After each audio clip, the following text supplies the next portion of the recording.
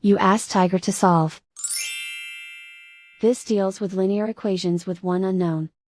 The final result is t equals -2. Let's solve it step by step. Simplify the expression.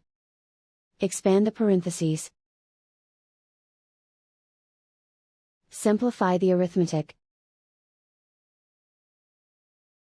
Group all constants on the right side of the equation. Subtract 16 from both sides. Simplify the arithmetic.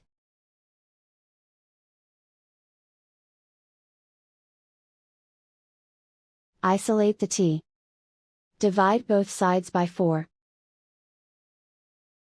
Simplify the fraction. Find the greatest common factor of the numerator and denominator.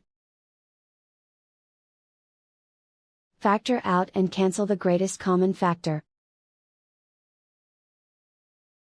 And so the final result is t equals -2.